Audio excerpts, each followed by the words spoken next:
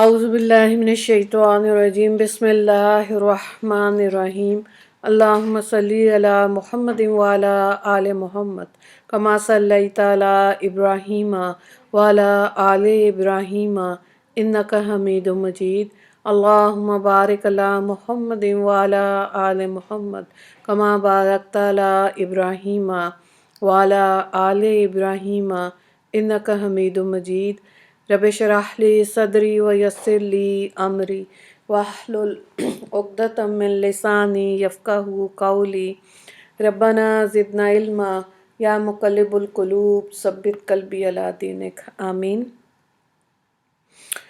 سورہ نحل ہم کر رہے ہیں اور اس کا آج ہم رکوع نمبر 12 کریں گے اور پارہ نمبر 14 ہے جس میں یہ رکوع ہے۔ آیت نمبر 74 سے 84 سے دیکھیں آپ جی 84۔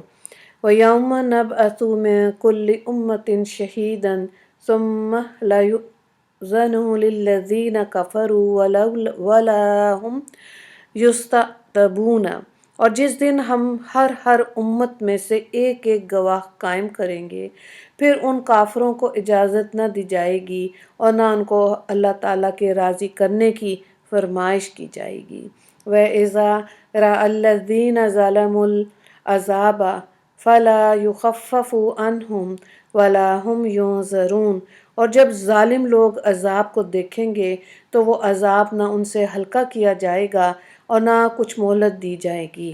وَإِذَا رَأَى الَّذِينَ أَشْرَكُوا شُرَكَاءَهُمْ قَالُوا رَبَّنَا هَؤُلَاءِ شُرَكَاؤُنَا الَّذِينَ كُنَّا نَدْعُو مِن دُونِكَ فَأَلْقُوا عَلَيْهِمُ الْقَوْلَ إِنَّكُمْ لَكَاذِبُونَ، اور جب وہ مشرک لوگ اپنے شریکوں کو دیکھیں گے تو کہیں گے اے ہمارے پروردگار، وہ ہمارے شریک یہی ہیں کہ آپ کو چھوڑ کر ہم ان کی پوجا کرتے، سو وہ ان کی طرف کلام کو متوجہ کریں گے کہ تم جھوٹے ہو۔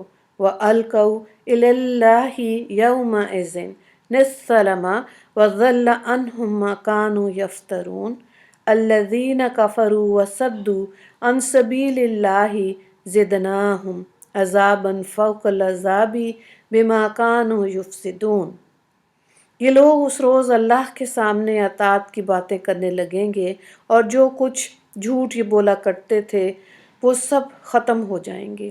جو لوگ کفر کرتے تھے اور اللہ کے راہ سے روکتے تھے ان کے لیے ہم ایک سزا پر دوسری سزا بامقام ان کے فساد کے بڑھا دیں گے۔ ان آیات میں یہ بات بتائی جا رہی ہے کہ جو جھوٹے معبود لوگوں نے دنیا میں گھڑ لیے تھے، جو بنا لیے تھے اور خود سے ان کی عبادت کیا کرتے تھے، آخرت میں یہ ان کے کچھ کام نہیں آئیں گے۔ اور ظاہر ہے کہ جب دنیا میں اصل مقصد کو حاصل ہی نہیں کیا، اس کو پہچانا ہی نہیں، اور جب مقصد کا ہی نہیں پتہ تھا تو وقت ضائع ہو گیا دنیا میں۔ اور جو لوگ زندگی میں اللہ نے اس مخلوق کو کیوں پیدا کیا اس مقصد کو پہچان کر اس کی تگ و دو اس کی کوشش کرتے ہیں، اور اللہ کا پکا وعدہ ہے پھر اللہ تعالیٰ کامیابیاں عطا کر دیتا ہے۔ غلطیاں تو ہوں گی انسان سے، لیکن اللہ تعالیٰ اپنی خاص رحمت سے صغیرہ گناہ جو ہے نمازوں کی ادائیگی کے دوران ہی معاف کر دیتے ہیں۔ تو اصل مقصد تو انسان کا یہ ہے کہ وہ اللہ کی پہچان کو حاصل کرے۔ اللہ نے جو دین اسلام ہمیں دیا اس میں جو احکامات ہیں ان پر عمل کرنے کی کوشش کریں۔ اللہ تعالیٰ نے ہماری کوششوں کو دیکھنا ہے۔ پھر یہاں سے معلوم ہوا کہ جس طرح جنت میں اہل جنت کے منازل مدارج میں فرق ہوگا، اسی طرح جہنمیوں کو عذاب بھی فرق طریقے سے ہوگا۔ سب کافروں کو ایک ہی طرح کا عذاب نہیں ہوگا، کسی کا عذاب سخت، کسی کا زیادہ سخت اور کسی کا سخت ترین عذاب ہوگا۔ کیوں ہوگا یہ؟ کیونکہ دنیا میں انہوں نے وہی کام کیے جس کے وہ مستحق تھے۔ اور اللہ کا بار بار فرمان ہے قرآن پاک میں کہ رائی کے دانے کے برابر بھی کسی کی نیکی یا برائی روکی نہیں جائے گی، اس کا صلہ اس کو ضرور ملے گا۔ اور شرک ایسی چیز ہے جو اللہ تعالیٰ نے بالکل نہیں معاف کرنا۔ تو اس لیے اپنے حقوق، انسانوں کے حقوق، اللہ کے حقوق کی سمجھ لینی چاہیے۔ اس کے لیے انسان نے محنت کرنی ہے، تبھی اس کو یہ نعمت جو ہے ملے گی۔ اور پھر اس میں اضافے کے لیے اللہ سے ہدایت اور اللہ کی محبت، یہ دو چیزیں ایسی ہیں جس کا وعدہ مومنین سے نہیں کیا۔ جو لوگ جتنا زیادہ مانگیں گے اللہ تعالیٰ بڑھا چڑھا کے ان کو عطا کر دیں گے۔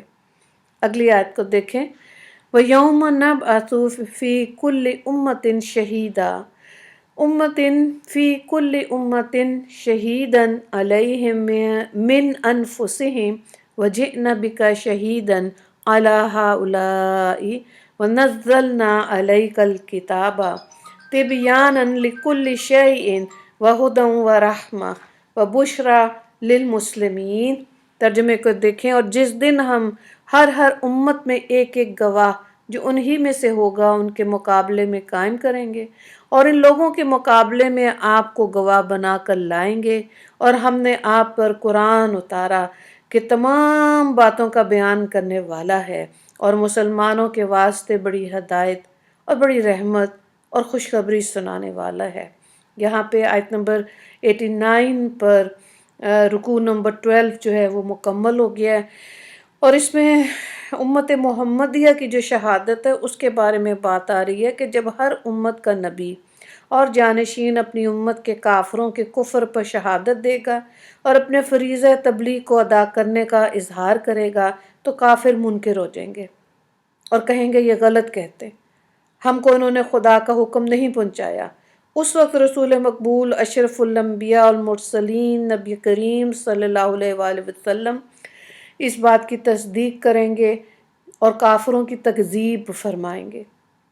اسی طرح آیت میں یہ بھی حکم آیا کہ انبیاء کی تصدیق امت محمدیہ کے نیک آدمی کریں گے، کیونکہ قرآن پاک کی صراحت سے ان کو معلوم ہو چکا کہ مختلف انبیاء نے اپنی اپنی امتوں کو دعوت توحید دی تھی، تبلیغ دین کی تھی، اور پھر امت محمدیہ کی تصدیق خود حضور اقدس نبی کریم صلی اللہ علیہ وآلہ وسلم نے وہ اس کی تصدیق فرمائیں گے۔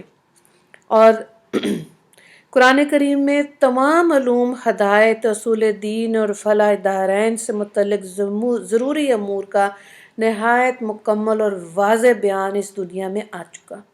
اس میں قیامت کے یہ واقعات بھی آ گئے جن کا ذکر بار بار قرآن پاک میں کہا گیا۔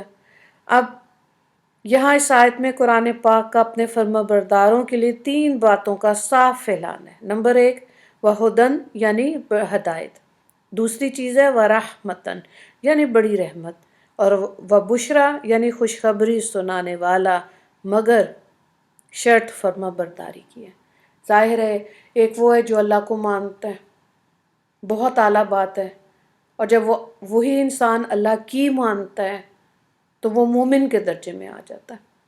کا اور کی کے فرق سے انسان کے درجے میں فرق آ جاتا ہے۔ ظاہر ہے وہ اللہ کی پہچان میں اللہ کی مان رہا ہے، سنتوں کی اتباع کر رہا ہے، اور یہی انسان کے لیے کامیابی کی بات ہے، اور یہی مسلمانوں کے لیے مقام فکر ہے کہ وہ دنیا میں جائز ناجائز، حلال حرام کو دیکھتے ہوئے زندگی کو گزاریں اور لغویات یا بری چیزوں کی طرف متوجہ نہ ہوں۔ اور جس کا تعلق جتنا زیادہ قرآن سے ہوگا، ظاہر ہے یہ قرآن کا اعجاز ہے کہ اس کے ذہن میں اللہ تعالیٰ شرح صدر عطا کرتے ہیں، اس کے دل کو اچھی بات کی طرف راغب کرتے ہیں۔ تو اس لیے یہ بھی دعا کرنی چاہیے کہ اللہ تعالیٰ ہمارا تعلق مرتے دم تک قرآن کے ساتھ قائم دائم رہے۔ رکوع نمبر 12 میں ایک ہی سوال ہے کہ امت محمدیہ صلی اللہ علیہ وآلہ وسلم کی شہادت سے کیا مراد ہے؟ دعا کر لیتے ہیں۔ اللہ تعالیٰ ہم پر اپنا کرم رحم فرمائے اور ہم کو اپنی کتاب اور اپنے رسول پاک صلی اللہ علیہ وآلہ وسلم کا امتی و فرمانبردار بنا کر زندہ رکھے اور اسی پر موت نصیب فرمائے۔ یا اللہ اس قرآن پاک کو ہمارے لیے ہدایت اور رحمت و بشارت کا ذریعہ بنا دیجئے اور اس سے غفلت اور کوتاہی سے ہمیں بچا لیجئے۔ یا اللہ ہم سے اب تک جو حقوق قرآن میں لاپرواہی ہوئی، ہمارے اس جرم عظیم کو معاف کر دیجئے۔ اللہ ہمیں معاف کر دیجئے۔ میرے مالک ہمیں معاف کر دیجئے اور ہمیں اپنی اس کوتاہی پر ندامت کے ساتھ اس کے تدارک کی توفیق عطا فرما دیجئے۔ یا اللہ میدان حشر میں ہمیں نبی کریم صلی اللہ علیہ وآلہ وسلم کی شفاعت نصیب فرما دینا اور ان کی ناراضگی سے ہمیں بچا لینا۔ یا اللہ تیرا لاکھ لاکھ شکر و احسان کہ جس نے اپنے فضل سے ہم کو کفر و شرک سے بچا کر ایمان اور اسلام کی دولت عطا فرمائی۔ وآخر دعوانا ان الحمد للہ رب العالمین۔ اللہم اغفر لی مسلمین والمسلمات والمؤمنین والمؤمنات۔ السلام علیکم ورحمۃ اللہ وبرکاتہ۔